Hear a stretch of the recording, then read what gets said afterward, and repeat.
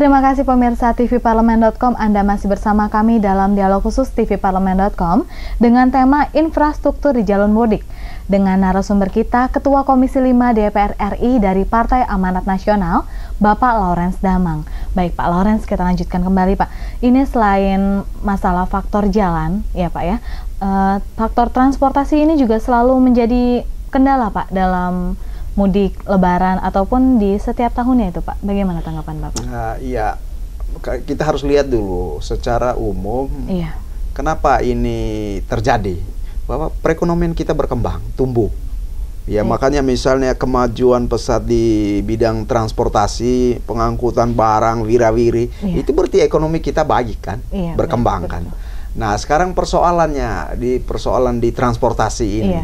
Nah, makanya ini regulasi. Mesti regulasi harus dibenahi. Misalnya sekarang pengangkutan barang antara provinsi. Nah, pemegang regulasinya siapa yang kontrol ini? Iya, baik. Nah, mesti harus pemerintah pusat supaya terjadi ini sinkronisasi yang baik antara pemerintah misalnya PU dan juga perhubungan.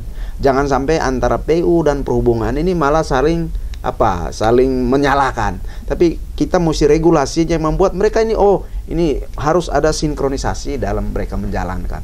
Sehingga karena saya lihat ini soal regulasi. Kemudian ya tentu memang soal perencanaan, bagaimana kita membangun misalnya jalan ini ya dengan kita memperhitungkan berapa sih kapasitas kendaraan yang melalui, berapa banyak yang melalui jalan ini sehingga diperhitungkan betul menjadi kekuatannya untuk berapa tahun gitu. Baik, jadi di sini solusinya ini seperti regulasi dan perencanaan Pak. Betul. Ya. Baik, dan menurut Bapak sendiri apakah jadi sejumlah ruas jalur utama pemudik ini kan Pantura ya Pak. Betul. Ya, dan beberapa daerah lain yang masih kurang nyaman Pak, selain ruas jalan Pantura masih rusak parah, terutama ini karena menjadi urat nadi Pak ya bagi transportasi manusia, jasa.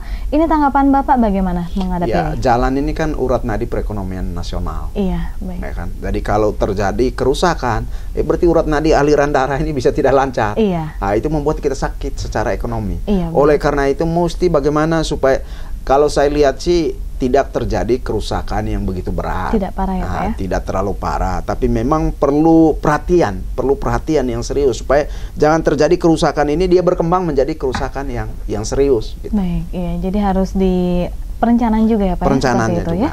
Baik, dan tak kalah pentingnya jalur penyeberangan Merak Banten ya Pak, Bakahuni Lampung ini menjadi juga seperti itu Pak ya, jalur vital pemudik. Namun jelang Lebaran musibah terjadi seperti jembatan penghubung di Dermaga 5 Pelabuhan Banten Merak ini ambruk Pak di tanggal Sabtu 27 Juli 2013.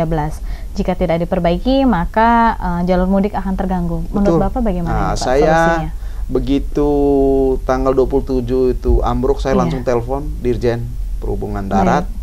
Berapa lama ini selesai diperbaiki? Dan ya alhamdulillah hari ini sudah mulai bisa dipakai. Sudah dapat digunakan sudah dapat digunakan. Baik. Jadi saya sudah cek bahwa itu tidak terlalu besar pengaruhnya terhadap arus mudik.